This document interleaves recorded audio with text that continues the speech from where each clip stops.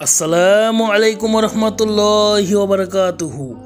আজকে আমরা শুনব রাসূল পাক সাল্লাল্লাহু আলাইহি সাল্লামের পিঠে মৃত পশুর ভুঁড়ি দেওয়া ও তার বদদোয়া সম্পর্কিত হাদিস।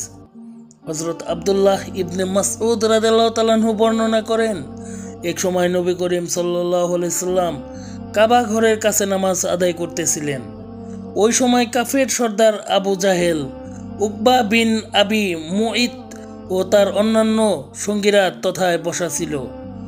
তারা হুজুর সাল্লাল্লাহু আলাইহি সাল্লামকে নামাজ পড়তে দেখে একে অপরকে বলাবলি করতে লাগলো, তোমাদের মধ্যে এমন কে আছো যে অমুক কওমের মধ্যে যে উটনি জবাই করা হয়েছে তার নাড়ি ভুঁড়ি এনে মুহাম্মদ যখন সিজদা করবে তখন তার পিঠের উপর রাখতে পারবে?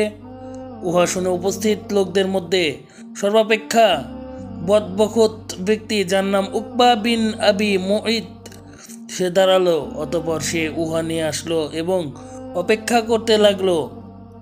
তারপর হুজুর সাল্লাল্লাহু আলাইহি সাল্লাম যখন সিজদায় গেলেন তখন সে উক্ত নারী ভুঁড়ি হুজুর সাল্লাল্লাহু আলাইহি সাল্লামের পিঠ মোবারক এবং উভয় কাঁধের মধ্যবর্তী স্থানে রেখে দিল।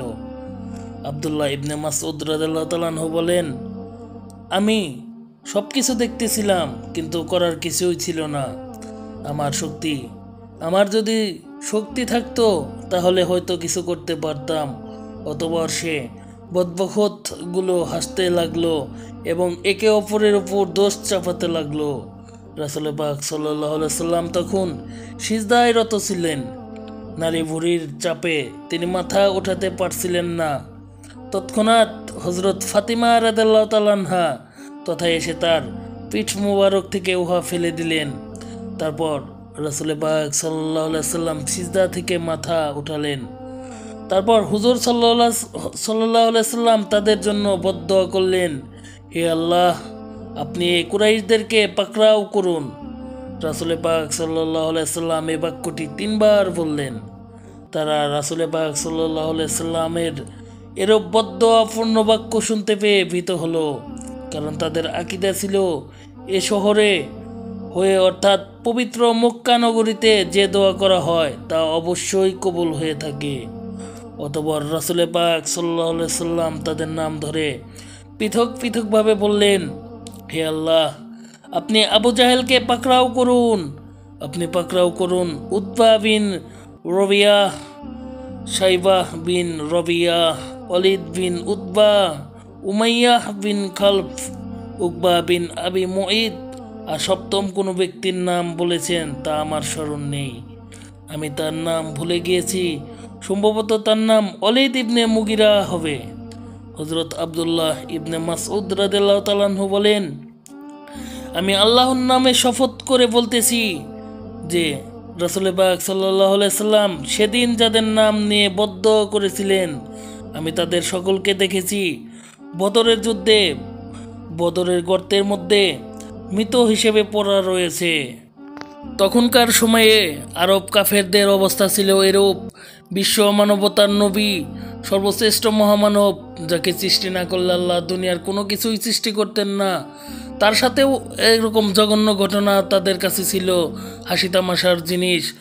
কিন্তু বস্তুত তারাই একদিন হযরত মুহাম্মদ সাল্লাল্লাহু আলাইহি সাল্লামের বদদোয়ার কারণে বদরের যুদ্ধে তাদের অবস্থা খুবই করুণ পরিণতি হয়েছে। তারা বিশ্বনবীর সাথে যে বেয়াদবি করেছে আল্লাহ তাদের বরদাস্ত করেননি। আল্লাহ ওই সময় নাও ধরলে কোনো এক সময় তাদেরকে পাকড়াও করেছেন এবং তাদের দুনিয়াতেই লাঞ্ছিত করেছেন। যারা বিশ্বনবীর সাথে বেয়াদবি করেছে তারা কোনোদিনও ভালো হয়ে মৃত্যুবরণ করতে পারেনি।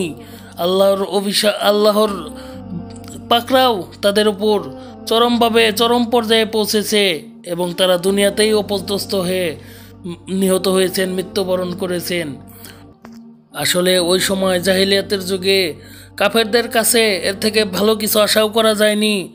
তাই তারা নবী করিম সাল্লাল্লাহু আলাইহি সাল্লামের সাথে সব সময় অনেক খারাপ আচরণ করেছেন এবং বেয়াদবি করেছেন, যার ফলশ্রুতিতে তাদের মৃত্যু আল্লাহ দিয়েছেন কুকুর বিড়ালের মতো।